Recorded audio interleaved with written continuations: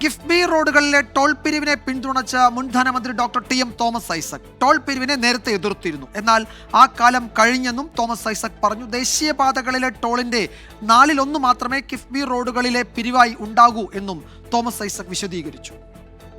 ഈ ആക്ഷേപങ്ങളൊക്കെ അടിസ്ഥാനരഹിതമാണ്. അവ കേരളത്തിന്റെ വികസന മുന്നേറ്റത്തെ തകർക്കുന്നതിനുള്ള കുൽസിത നീക്കങ്ങൾ മാത്രമാണ്. കിഫ്ബി ടോളുകളൊന്നും പിരിക്കാത്ത ഒരു വികസന മാതൃകയാണ്. അത് അങ്ങനെയായിരുന്നു അത് വിഭാവന ചെയ്തത്. 10-15 വർഷത്തിനുള്ളിൽ തവണകളായിട്ടാണ് സർക്കാർ കൊടുക്കുക. Annual payment. അപ്പൊ അതിന് ടോളില്ല.